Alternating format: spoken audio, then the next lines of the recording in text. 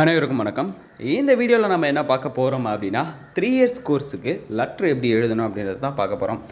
நிறைய பேருக்கு டவுட் இருக்கும், லெட்ருனா என்ன ப்ரோ அப்படின்னு சொல்லிட்டு. நான் ஆல்ரெடி ப்ரீவியஸ் வீடியோஸ்லேயே சொல்லியிருந்தேன்.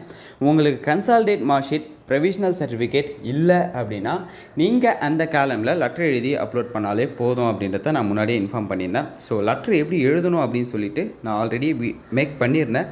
பட் சில விஷயங்கள் காரணமாக என்னால் லெட்ரு உங்களுக்கு வீடியோவாக போஸ்ட் பண்ண முடியல. ஸோ இப்போ வீடியோவாக போஸ்ட் பண்ணுறேன். பார்த்தீங்கன்னா உங்களுக்கு தெரியும்.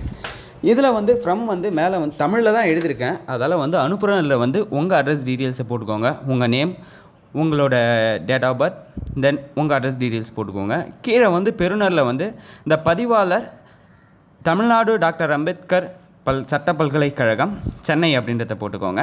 தென் கீழே இருக்க கண்டென்ட்டில் தெளிவாக எழுதிக்கோங்க. ஐயா, நான் மேற்கண்ட முகவரியில் வசித்து வருகிறேன்.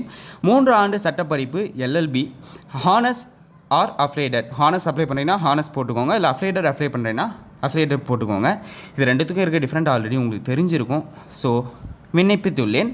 நான் முன்பு படித்த டேஷ் அப்படின்னு சொல்லிட்டு போட்டிருக்கேன். இந்த டேஷில் பார்த்தீங்கன்னா பல்கலைக்கழகம், அதாவது யூனிவர்சிட்டியாக இருந்தால் யூனிவர்சிட்டி நேம் போடுங்க, காலேஜ் நேமாக இருந்தால் காலேஜ் நேம் போடுங்க. அந்த காலேஜில் டேஷில் provisional and overall mark sheet வழங்குவதற்கு கால தாமதமாகும் என தெரிவித்தனர்.